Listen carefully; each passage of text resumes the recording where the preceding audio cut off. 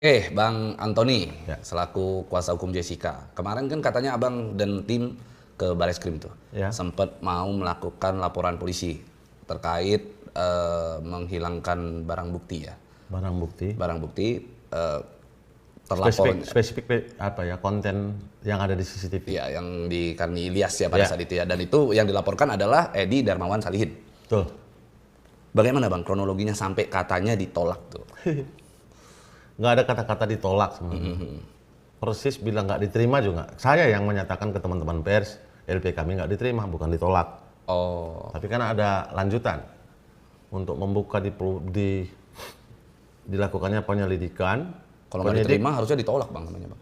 Iya, tapi mereka bilang nggak nolak. Oh, Kan, jadi kemarin tuh kami dibilang debat ya debat, tapi ringan gitu. Oh, karena kan kalau seingat saya nih, kita kalau mau nyatakan cinta, Iya. aduh maaf ya, aku nggak bisa nerima Betul. cinta kamu. Itu berarti yang ditolak. sana aja yang nerima gitu. Iya, berarti ditolak kan? Bukan. Jadi ada dua. Iya. Yang mau kita lapor itu adalah peristiwanya udah nggak usah saya ulang ya. Iya.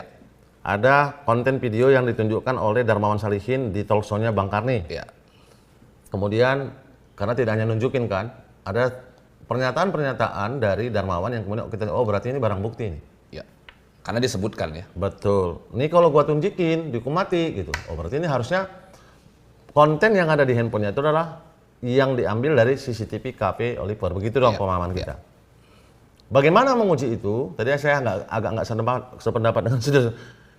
Yang boleh melakukan penyidikan ya penyidikan. Kita bikinlah LP ini. Cari pasalnya, apa pasalnya? Yang ada kata-kata itu di KUHP kan cuma di pasal 221. Saya mau masuk ke proses besok kemarin Obstruction of justice ya. Oke. Saya khawatir yang dengar nggak paham deh. Menghalang-halangi. Menghalang-halangi penyidikan, Ya. merintangi penyidik itu kira-kira ya. Bentuk perbuatannya apa? Menyembunyikan barang bukti, merusak dan segala macam. Ya. Kita nggak baca itu satu napas, karena penyidik di situ. Bang, kalau pasal 221 nggak masuk nih. Gitu kan? Kenapa? Ada kompol, ada KBP yang menerima kita sebagai piket SPKT. Lo ini udah inkrah lo bang. Dari awal penyidikan nggak ada masalah. Buktinya naik penuntutan. Buktinya periksa di sidang. Oh, itu dibahas di situ. Iya. Oke. Makanya saya bilang nggak ada kata nolak. Jadi kalau di kita belum nih bang, coba abang ke siber gitu loh. Oke. Baik di siber, di situ yang ada kata-kata kalau mau disebut penolakan. Dibahaslah. Video ini tadinya dari mana kalau memang itu barang bukti? Di KP Olivier. Kalau gitu, loh DVR-nya CCTV itu sudah disita penyidik. Ya. Nah, muncul pertanyaan. Dari mana Edi Darmawan Salihin di diskusi itu ya mendapatkan potongan video yang ada di handphone dia? Ya. Apakah dari penyidik atau dari KP Olivier yang dia datang bisa aja ngambil duluan? Betul. Masa kita suruh membuktikan, Ya. kita mau somasi KP-nya kalau nggak salah sudah tutup. Ya. Betul. Terus, apakah Pablo sepakat dengan kita? Publik pun sudah resah dengan ini, teka-teki ini, misteri yang dia munculkan. Kan? Soal apakah Jessica bisa dibebaskan dengan laporan ini, bukan itu poinnya. Artinya ini ada indikasi proses penyidikan dulu nggak benar. Ya. Kenapa kita bilang nggak benar? Semua putusan pengadilan dari PN, PT, sampai Mahkamah Agung, pertimbangan majelis hakim kalau dibaca, alat bukti utama yang diperpentingkan itu CCTV loh, barang bukti utama yang dipertimbangkan. Kenapa? Karena nggak ada saksi yang ngelihat Jessica masukin. Betul. Terus saya nggak mau komentari lah kalau memang Jessica memasukkan barang bukti dari mana sianidanya nggak pernah dibuktikan. Ya. Karena sianida kan bukan barang yang beredar bebas. Bukti gitu. pembeliannya nggak ada. Betul. Nah, terus saya pertanyaan kalau itu dianggap ditolak kita menyatakan cinta. Jadi menurut teman-teman saya bilang gitu ya, di siber terakhir di lantai atas. Kalau kami harus bikin dumas, pasal 31-nya ayat 2 Undang-Undang ITE masuk enggak? Menurut mereka enggak. Mereka sudah ngarahkan itu enggak. Kenapa? Karena pemilik barang buktinya yang harusnya mengatur kalau itu bahasanya kita akan menyembunyikan, merusak, Ya. bukan mencuri. Ya. Jadi pandangan penyidik waktu itu yang punya CCTV pemilik KP Oliver. Sudah di tangan penyidik. Kalau itu diambil Edi dari sana yang pendekatannya pada CCTV punya siapa? Harusnya KP Oliver yang lapor Pak, nggak bisa Bapak. Karena patokannya pasal 31 ITE tadi. Iya. Karena memang kita illegal access. bukan pada peristiwa mentransmisikan Ya. gitu. dari siapa itu ada pada Edi? Maksud kita yang membuktikan, Iya, makanya harusnya kita diurut lapor lah. gitu kan. Nggak mungkin juga kita ketemu sama Edi, kita ambil dari sini handphonemu kan, nggak bisa juga kan. Jadi sebenarnya pertanyaannya sekarang, saya sudah tanya tadi kan sama apa dasar hukum di tingkat ketika penerimaan pengaduan masyarakat, maksudnya mau bikin laporan, oh ini boleh ini enggak. Apa dasar hukum yang memberikan penyidik? Yang saya tahu kan puluhan tahun jadi pengacara ini kita mau bikin LP untuk peristiwa yang terang. Ya. Alat buktinya apa bang? Ini nih. Kalau dia tidak terang, ada konsultasi gitu kan? Ya. Baik, konsultasi ini kan berkonsultasi lagi ke atas. Nah itu yang saya nggak tahu nih. Terjadi nggak itu? Maksud saya, apakah penyidik yang bertemu kami ini diarahkan atau tidak untuk menolak? Kalau mau dikata-kata ditolak, saya nggak tahu. Ya, boleh diduga kan. Menduga pun saya takut kata orang, tapi kalau boleh Jangan takut bang untuk menduga. takut saya ini saya pakai ini aja udah takut. Maksud saya mau jawab itu sekarang. Oh iya. Sudah banyak keluarga teman, jangan terlalu kencang bro. Mati itu sekali karena lahir pun cuma sekali. Iya, iya, iya. Saya mau hidup saya berguna, enggak cuman ini. Ada pertanyaan kenapa harus Jessica? Lu yang salah tong. Masa saya kumpulin puluhan ribu orang yang udah pernah saya tolong pro bono. Loh, ini nggak soal itu. Ini karena viral, lu semua bergerak. Ya Allah, kalau udah viral aja nggak gerak salah lagi. Iya, iya, iya. Betul. Kalau udah viral, Netflix ada, nggak bergerak juga Bang Oto. Ya, ya. Terus kita nggak tergugah, ya makin salah juga. Lebih ngaco lagi kan? Iya. Itulah. Jadi kemarin itu, sampai hari ini kalau mau dipertanyakan secara hukum, apa dasar penyidik piket, perwira piket itu menyatakan bahwa ini nggak cukup buktinya, gitu loh. Padahal kita sudah bikin, udah record itu, di flash disk, persis video yang dia tayangkan waktu di Bang Karni. Kita transkrip. Oke. Di SPKT kita transkrip apa percakapan yang kita bilang dia menguasai barang bukti dan itu harusnya ada di berkas penyidikan gitu kan. Iya, iya. Tetapi kan kenyataan nggak ada. Kenapa bisa nggak ada? Loh Pak Oto dan kawan-kawan yang menangani perkara ini sudah bilang nggak pernah itu ditayangkan oleh jaksa penuntut umum di persidangan video yang dipertontonkan oleh Darmawan Salihin di kanalnya Bang Karni gitu. Gitu bro. Ya, dan kalau kita bicara menghilangkan barang bukti, kita kan tahu bahwa DVR itu sebagai alat bukti di persidangan pada saat itu. Ya. Dan itu adalah alat bukti yang kunci. Kondisi DVR kosong. Dan yang ditunjukkan oleh Edi Darmawan Salihin di podcastnya Karni Ilyas pada saat itu adalah bagian yang harusnya ada di dalam DVR. Itu keyakinan kita. Ya, itu kan poinnya kan. Betul. Nah, yang jadi pertanyaan, sudah segamblang itu, sudah sejelas itu, kenapa tetap harus ditolak? Karena dari pernyataannya Edi Darmawan Salihin, dia jelas bahwa dia katakan ini adalah bukti yang dapat menghukum mati Jessica, kan begitu? Ya, itu tadi. Saya mau kutip statementnya Pak Oto lah. Harusnya penyidik nggak boleh kan, mau kami ditolak.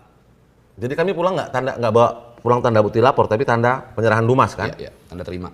Yang mestinya mau dia produknya LP atau Dumas, poinnya adalah ini diterima. Tetapi kan yang mau kita sampaikan, kenapa buru-buru disimpulkan bahwa bukti yang kita bawa tidak memenuhi syarat untuk buka LP? Artinya tidak memenuhi unsur. Loh, yang bertugas membuktikan adanya unsur di peristiwa yang kami laporkan kan penyidik. Iya. Kalau dia nggak yakin ya lakukan penyelidikan dulu. Iya. Karena kami sudah melaporkan nama orang gitu kan. Artinya orang yang dilapor calon tersangka dong. Dia bilang oh nggak bisa, terus dia bilang nggak bisa. Itu. Jadi kalau mau dipertanyakan, udah jelas harusnya kan ada Perkapolri yang disodorkan ke kita. Menurut Perkapolri nggak boleh. Ini kan semuanya pakai opini, Iya. pakai persepsi, pakai pendapat. Padahal kantor polisi itu, saya bilang kantor polisi lah ya, mau di Polsek, mau di Wabes Polri, mau dimanapun siapa yang menerima, terima aja dulu. Terima aja dulu. Kan itu maksud Pak Oto. Nanti mau lu menyatakan tidak terbukti yang kita kenal produknya SP3 ya SP3 kan, kalau terbukti ya naik kan. Ya, atau SP2 lidik kan bisa kan? Saya kok mencium aroma yang nggak sedap memang kemarin itu. Tapi aroma ya. Apa suasananya, Bang? Yang membuat Abang mencium aroma-aroma Ya tidak itu sedap? tadi. Kayaknya kalau ini kami nggak abang-abang kesana di sana, oh nggak bisa Pak karena ini. Karena itu tadi pada pengertian hukum CCTV milik siapa? Ya milik KPO Liper. Sampai sekarang jenggotnya yang punya KPO Liper saya nggak pernah tahu berjenggot atau enggak. Loh, berjenggot atau enggak? Kalau dia berkumis atau enggak kan nggak pernah hadir di persidangan. Iya. Baik, kepada siapa nanya itu? Ke polisi dong. Ini saya sampai pada statement ini. Dalam diskusi itu ada yang menyebut harusnya abang melaporkan penyidiknya Propam, nggak usah diajari bro. Kita pasti ke sana. Akan ke sana. Akan ke sana. Yang dibilang oleh tadi senior saya pada podcast sebelumnya. Harusnya kau sebagai advokat lakukan dulu ini. Astagfirullah, aku punya fasilitas apa untuk melakukan itu? Iya. Bukankah itu tugasnya penyidik melakukan itu? Uji labkrim, uji forensik, apakah video ini yang ditunjukkan dalam rekaman ini bersamaan dengan seluruh proses rekaman yang ada di KP? Kan begitu maksud dia Dan tadi? kita nggak punya akses apa-apa kan? Oh iya, jadi kok jadi tugasnya advokat? Sederhana sebenarnya, dia salah ngomong tadi. Harusnya saya somasi dulu KP-nya, udah tutup. Mungkin kita beliau tadi mungkin nggak bisa membedakan mana advokat mana detektif, Bang. Ah betul.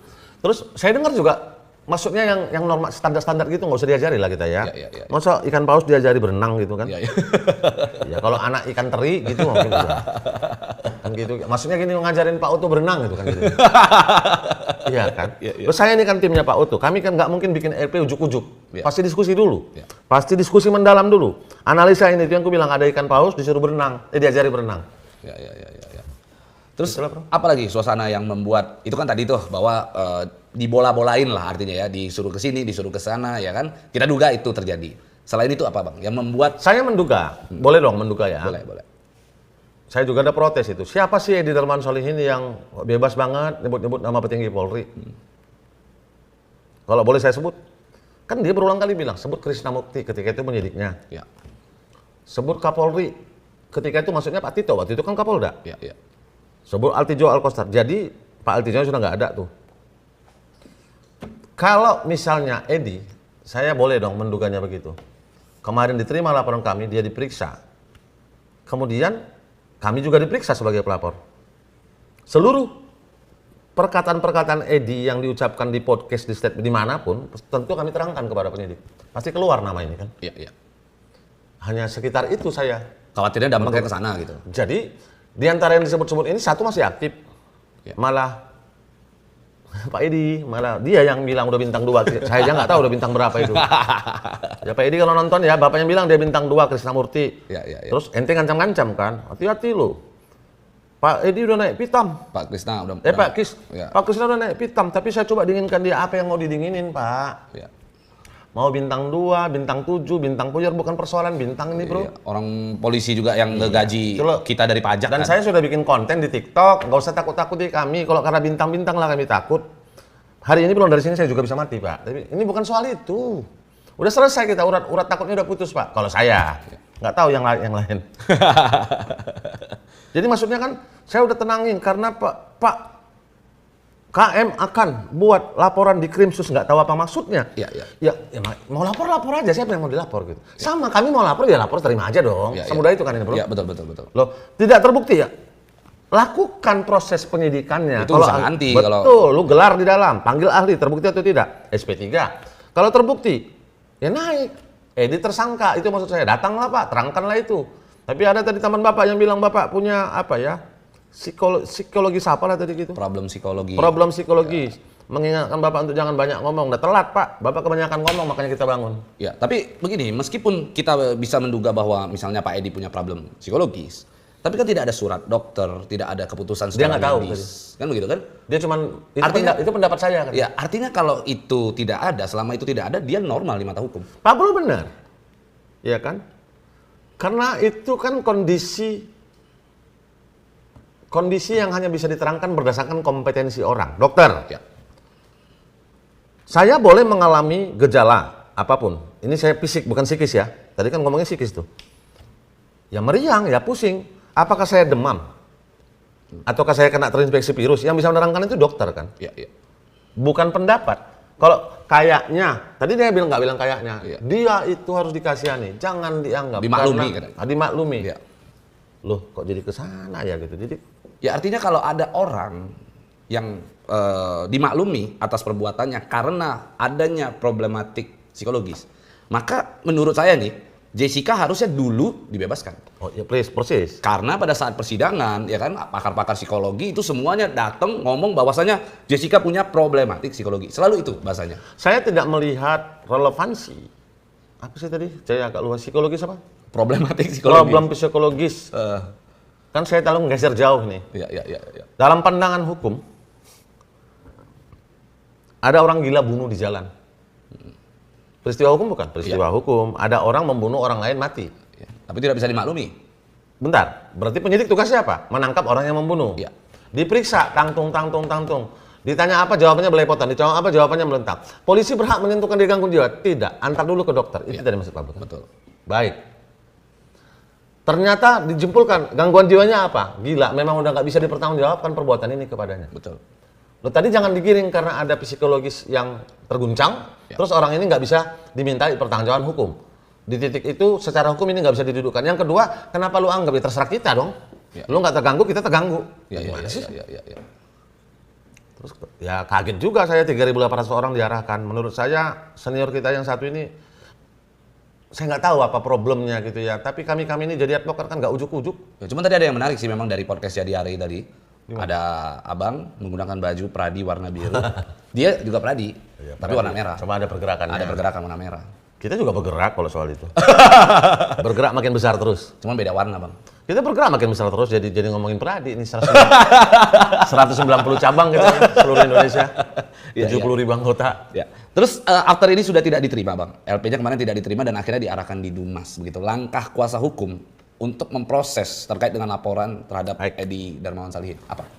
Yang saya tahu, karena ada Perkapolri soal Dumas, yang saya tahu pasti kami akan dipanggil sebagai pelapor, saya dan Mas Haryanto. Setelah itu, terhadap bukti yang kami sodorkan, Polri pasti menunjuk tim untuk mendalami bukti ini. Yang baru dikerjakan yang tadi. Secara uji forensik, ini sama nggak yang dengan dikatakan oleh Pierre? Bersesuaian nggak dengan omongannya Darmawan? Itu polisi yang punya fasilitas itu kan. Penyidik yang bisa merintah itu kan. Ya. Baik. Kalau sama, baru dibentuk tim untuk pengembangan lebih lanjut. Kalau ini bisa berada di tangan Edi, apakah ini berada di tangan Edi ketika belum dilakukan penyitaan di PR atau setelah? Problemnya sama ini. Ya. Kenapa ada peristiwa pidana yang semua yang saya tahu nih, seluruh yang ada di lokasi kejadian harusnya nggak boleh disentuh oleh siapapun sebelum polisi datang kan? Ya. Itu yang kita kenal polis line kan? Ya. Loh, kalau ternyata sebelum ada penyitaan terhadap DPR, terhadap CCTV itu dan Edi ngambil duluan itu juga salah. Malah bisa masuk illegal access itu. Dan kalau ternyata itu sudah ada tetapi kemudian dikasih ke Edi, itu lebih salah, ilegal itu. Jadi maju kena, mundur kena harusnya dia. Tinggal polisinya mau atau enggak membuktikan ini. Soal Edi masuk penjara atau enggak, bukan itu poinnya, bro. Kan poin kita selama ini bukan pada mau memenjarakan Pak Edi. Ya, betul. Ada proses di sini yang kita bilang, maaf ini ya, cacat, tidak dilakukan sesuai prosedur, tidak objektif, tidak utuh faktanya, dibuat menghukum orang gitu kan. Sehingga bahan tadi itu dapat kita katakan sebagai novum. Bisa begitu. Soal novum sih nanti saya yakin lah novumnya sudah ketemu. Dumas pun bisa jadi novum kalau soal itu. Ya. Terbukti atau tidak, nantilah itu kan. Ya maaf lah dengan kecanggihan sekarang omongannya Edi itu aja bisa kita jadikan novum itu. Betul. Kalau saya. Dan keterangan ahli yang betul. banyak, kan? Tapi saya mengagumi Pak Oto sebenarnya pada gerakan ini. Dia mau menarik ritme ini bersesuaian. Jadi saya sekaligus mau membantah yang tadi itu, tuduhan yang tadi. Seolah-olah Netflix ini kita order untuk membangun opini, netizen bergerak, baru kita turun hanya untuk bebaskan. Berapa mahal ini, bro? Ya. Kalau itu. Terus dikaitkan lagi dengan peristiwa politik, makin nggak nyambung. Makin nggak nyambung. Pak Oto itu yang saya tahu, saya dekat dengan beliau, walaupun nggak dekat-dekat banget gitu ya. Dekatnya terbatas karena saya pengurus organisasi, beliau ketua umum saya. Tetapi di sesi-sesi informal ya, saya jadi tahu beliau prinsipnya apa, interestnya nggak ada di politik. Kalaupun sekarang dia berada menjelang pemilu ini di salah satu tim sukses, itu pilihan tiga-tiga temannya. Dia ngomong ke kita, bukan pamit yang ngomong. Kenapa saya harus ada di sini? Dan nggak ada kepentingan pribadi, maaf ya. Dari saya nih, kalau Pak Utun berada di sana karena mau jadi menteri, ya terlalu lelah Pak Utun jadi menteri. Ya. Malah bisa jadi turun nanti kapasitasnya. Ngapain lagi jadi menteri? Oh iya, kalau gaji udah banyak duitnya, bro. Ya. Ngurusin Pradi aja udah lebih dari menteri sibuknya. Ya. Ngurusin Jessica udah kayak mensos juga kan? Ya. Kan nggak dibayar gitu. Betul. Masa ada? Iya, masa ada. Ya. Terus kita dituduh kemudian digerakkan. Jika hatimu resah melihat ketidakadilan, kau adalah saudaraku. Itu insting, nggak harus digerakkan. Terus netizen yang bukan advokat itu digerakkan. Siapa yang bisa gerakkan itu? Iya. Katanya ada pergerakan yang disetting katanya. Kan? Tagar Save Jessica, Justice for Jessica, apapun itu kalau dia akumulasi sudah 8 miliar kalau nggak salah. Kalau saya kan itu yang bisa analisis orang multimedia ya. Iya. Loh, terus itu digerakkan, siapa yang bisa gerakkan? Betul. Ya mungkin Pablo bisa kali ya, saya nggak bisa. Waduh, itu juga nggak sanggup saya. Cuman gini, kalau ada kata-kata bahwa ini advokat yang 3.500 atau 3.800 ya kata jadi gerakan, saya mau berkaca nih. Kalau seandainya saya yang ada di posisinya Bang Oto, saya akan berpikir untuk memikirkan diri saya sendiri. Kondisi viral, ngapain gua ajak teman-teman rame-rame? Mending gua sendiri main, nama gua naik sendiri. Tapi itulah Bang Otto dengan kapasitasnya dia yang sudah senior, dewasa, dan ikhlas, dia jadikan perkara ini menjadi perkara Pembelajaran. bersama dan pembelajaran. Ya, itu saya bilang, dia mau melakukan advokasi ini, bangkitnya kembali semangat advokasi ini, dia mau buat itu seirama dengan kegelisahan netizen, dengan keingintahuan netizen, dengan keingintahuan publik soal-soal hukum. Kadang-kadang kan ada banyak yang janggal, tapi orang yang awam itu nggak tahu ini janggalnya di mana. Terus maaf kalau dianggap dia punya problem psikologis tadi ya, itu meresahkan orang. Itu meresahkan orang. Harus diamankan di karantina. Ya, dan ini harus dikembalikan supaya warganya mendengar nggak resah. Itu kan tanggung jawab kita bersama ya. Setidaknya gini lah ya, kalau saya tahu tetangga saya salah, bukan teman, kewajiban saya kan yang mendasar mengingatkan itu. Setelah saya ingatkan dia nggak mau, ya udah urusan dia, saya udah nggak berdosa kan begitu. Nah, kalau saya merasa ada omongan-omongan dia karena punya problem psikologis, saya mau ingatkan dia lewat LP ini, ya itu dong tugas dan kami. Salah lo ngomong begitu, karena omonganmu itu berdampak pada hukum. Maka kalau berdampak pada hukum, ya pertanggungjawabkan secara hukum. Itu kan yang mau kita ingatkan, maksudnya pada konteks ini. Tapi sudah mau diingatkan aja, kayaknya kita dicegah, ya itu soal lain lah. Tapi udah biasa kan kita digitu-gituin. Selalu ada cara. Ya tetap cinta kita pada profesi ini. Supaya ada teman masyarakat gitu lah ya. Oke, harapannya Bang, untuk kasus Jessica ini? Harapannya Pak Kapolri, tinggal itu, di konteks Dumas. Harapannya Pak Kapolri segera memberi perhatian dulu. Kalau Dumas ini sampai ke beliau, dibentuk tim khusus, karena ini tidak lagi perkara Pak Otto, tidak lagi perkara 3.800 orang, tapi ini soal rasa keadilan yang tercederai di negara kita sekarang. Kalau saya dianggap berlebihan soal ini ya terserah, tetapi mau cari buktinya ya gampang. Hampir tiap hari yang nongol di medsos kisah soal itu kan. Iya, betul. Ya entah dari siapa aja lah. Maaf, jadi ngomong. Kasus lebih besar kemarin hari yang sama kami bikin LP tenggelam. Yang lebih besar? Loh, lebih besar dong, ada ketua KPK diperiksa hari yang sama kami bikin LP ditolak. Oh iya. Saya juga kan punya handphone, masih bisa beli data, saya lihat juga. Yang lebih sorak bukan soal algoritma. Saya tes di handphonenya orang yang nongol juga Jessica, bukan Firly Bahuri. Hari yang sama kita hari itu di situ. Gitu kan? Kan di sana pertanyaannya, lu sudah tersangka kok nggak ditahan gitu kan? Di sini bikin LP kok ditolak kan gitu. Tapi yang ini yang kenceng gitu, bro. Ada maksud apa saya, ya, sedotan perhatiannya itu loh maksud saya. Nah, itu yang saya bilang, orang rindu rasa keadilan.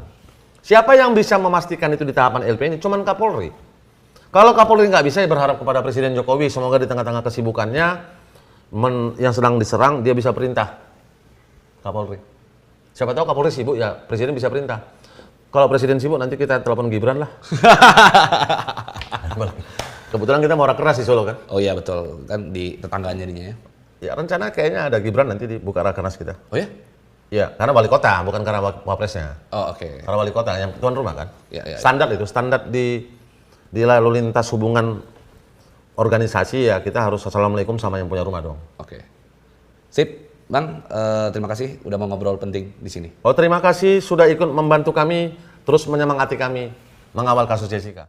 Terkait dengan kasusnya Jessica yang begitu banyak kejanggalan, menurut Bapak sebagai seorang ketua IPW, tanggapannya seperti apa, Pak? IPW sudah tidak bisa menanggapi ya kasus Jessica yang telah mendapat putusan pengadilan ya.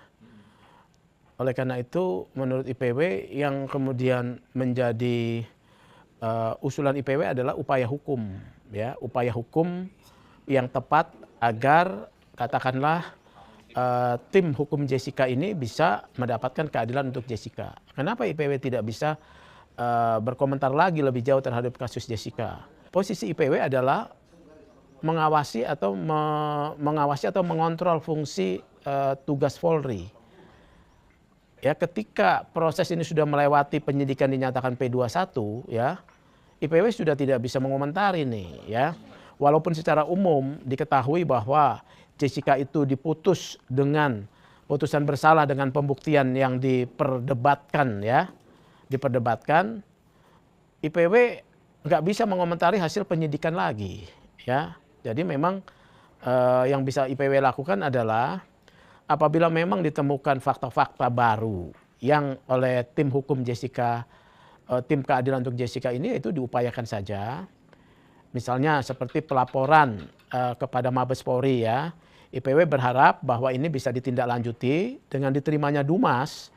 Prosedural itu sudah dilayani ya. Tinggal teman-teman advokat untuk mempersiapkan informasi atau alat bukti yang dibutuhkan dan juga melakukan komunikasi dengan intens. Artinya memberikan info-info baru yang bisa memperkuat laporannya. Gitu. Jadi walaupun di sini Bapak sepakat ya kalau misalnya kasus ini ada kejanggalan dan minim alat bukti. Pendapat secara umum kan pembuktian di hukumnya Jessica dengan pembuktian yang dipersoalkan ya oleh majelis. Sekarang kan tanggung jawabnya di majelis hakim nih ya, menilai putusan hakim. IPW secara umum karena saya sebagai advokat mengetahuinya hanya seperti itu ya, tidak mengetahui dari proses awalnya ya, jadi seperti itu. Oke. Lalu terkait dengan film Ice Cold sendiri, Bapak bilang itu fiksi. Iya itu fiksi. Padahal dari film kan ada dokumenter yang sebetulnya dia tidak masuk dalam kategori fiksi gitu, yang dibuat berdasarkan observasi, fakta gitu. Tapi Bapak tetap melihat Fiksi itu artinya ya, fiksi itu ya. Fiksi itu artinya film itu dibuat atas satu skenario yang dibikin oleh sutradara atau produser ya. Diarahkan untuk kepentingan tertentu ya. Untuk kepentingan tertentu. Nah, ketika ada bagian-bagian sequel potongan peristiwa hukum, itu hanya sebagai informasi, bukan sebagai satu proses penegakan hukum. Itu yang saya maksud bilang fiksi ya. Fiksi itu diarahkan untuk satu pemikiran ke depan dari rangkaian film tersebut. Tetapi proses hukumnya sendiri adalah sudah pada putusan pengadilan yang telah berkekuatan tetap. Sehingga saya katakan, kasus Jessica ini bagaikan mau mengubah bubur menjadi nasi. Ini sesuatu yang sulit ya, walaupun bukan tidak mungkin. Karena teknologi bubur bisa saja dibikin jadi nasi ya. Udara saja bisa disublimasi menjadi es gitu ya. Bubur menjadi nasi, cair menjadi padat bisa saja dengan teknologi. Sebagai analogi itu artinya ada satu pekerjaan besar dari tim hukum keadilan untuk Jessica itu mewujudkan keadilan untuk dia, bahwa berhasil atau tidak ya kita lihat aja prosesnya ya. Lalu terkait dengan Edi Salihin Pak, terlepas itu benar atau bohong, tapi dia banyak menyebut institusi Polri di dalamnya, dan ada banyak polisi juga yang disebutkan kalau ya. tahu dia menyembunyikan barang bukti, tapi polisi tidak melakukan apa-apa. Gitu. Tapi jadi gini IPW ya, juga tidak tertarik untuk. Saya tidak pernah tertarik dengan kata-kata Edi Salihin, karena dia orang ini bicara sembarangan, mencari sensasi saja, dan saya menilai kata-katanya tidak berharga, ya, kata-katanya tidak berharga. Jadi kita bisa tersesat apabila kita mengikuti pola omong dari Edi Salihin. Dia bilang bahwa Jessica sampai bangkrut membiayai perkara tersebut, membayar mahal. Ternyata dia minta maaf ya. Dia menyebut sembarang-sembarang adanya pejabat polisi. Padahal kan itu sesuatu yang tidak patut dia sebutkan, akan menimbulkan problematik. Nah, orang yang model begini tidak perlu dihargai kata-katanya. Jadi saya tidak mau juga mengomentari lebih jauh ya, apalagi percaya pada kata-katanya ya. Jadi dibiarkan saja. Biarkan saja, nambah kerjaan ya buat saya. Lalu Pak Sugeng juga menilai ada permainan politik di belakang Ice Cold dan tumpang-menumpang kepentingan di kasus Jessica. Itu maksudnya sudah pasti. Jadi ini politik dalam arti permainan untuk mengarahkan opini publik, ya. Jadi Ice Cold itu dibuat ya sebagai satu produk film, sebagai produk seni pertunjukan untuk kepentingan bisnis satu. Nah, oleh karena itu harus dibuat menarik dengan menggunakan seakan-akan peristiwa yang sebenarnya sehingga orang tertarik. Ketika orang tertarik, maka pesan-pesan tertentu disampaikan, yaitu apa? Pesan ketidakadilan untuk Jessica. Ketika pesan ketidakadilan Jessica ini digulirkan, itu yang dituju oleh tujuan film ini. Itu yang saya bilang kepentingan politik.